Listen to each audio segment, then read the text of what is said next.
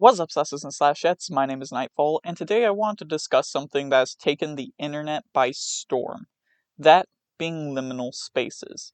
With the rise of the backrooms, liminal spaces have become a very popular theme in the horror gaming community, being a theme that many people agree is unrivaled in its creep factor. I, for one, never quite understood why, however. To me, they were never scary or even eerie, so I didn't quite get it at first. I figured maybe it was just because I don't feel things the way I should, or when I should, or maybe it was because I'm a hermit who very rarely leaves the comfort of my own home, or some variation of both.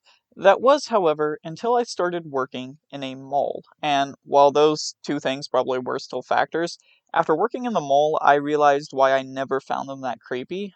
But more importantly to this video, I found out why liminal spaces work so well. Before we get into liminal spaces, let's do a quick rundown of the horror genre and what it uses to achieve its goal. So, horror is a genre or theme that is designed to be scary or instill terror into its consumer. There are many different ways that horror incorporates this goal into its media. However, every piece of horror media has one thing in common. It uses already established fears to achieve that goal. Whether it uses more niche fears, such as thalassophobia, to make a horror game or movie of the ocean, or a more broad fear used in almost every piece of horror, the fear of the unknown, it uses fears to instill that terror, or to scare its viewer. Now, I could go on and on about the horror genre, but I mainly want this to be a quick little video, so I'll just cut this segment here and get into why liminal spaces work so well. So, what are liminal spaces? Well, liminal comes from the Latin term for threshold, and as such, a liminal space is a place that transitions you from where you've been to where you're going, and these spaces are often considered to be unsettling or eerie. And there's a good reason for this. You see, instead of relying on basic fears like most horror media, it relies on personal experiences. Take me, for example. I used to not understand liminal spaces because I never really had many experiences with places outside of my own home. I mean, sure, I would go to a store or a park once in a while, but I never really interacted with anyone or anything, so I didn't quite get the full experience of the places I was in, which will be important here in a few seconds.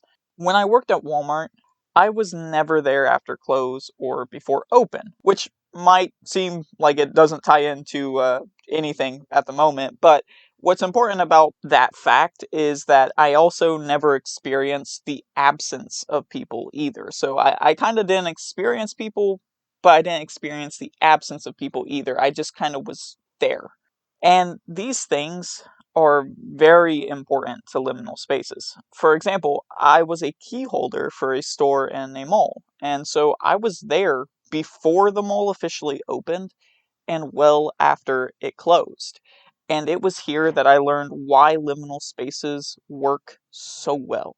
Sure, I had experienced lots of people before, but like I said, I never really truly interacted with them, and I never experienced the absence of those people.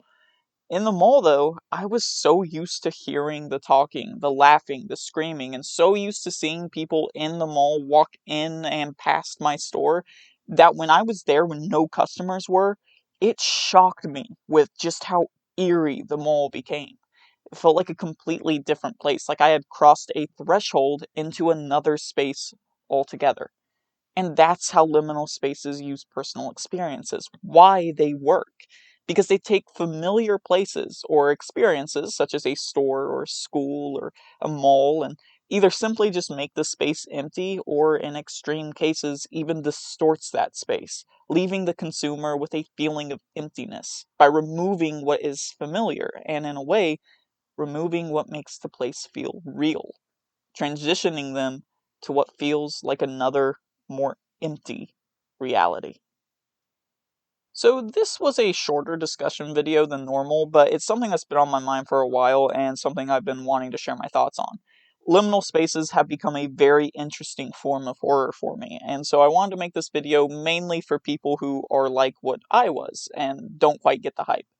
I hope this was able to help in some way, so with that being said, I hope you all enjoyed the video. If it's your birthday, Happy birthday, and I'll hopefully see you all soon. Goodbye.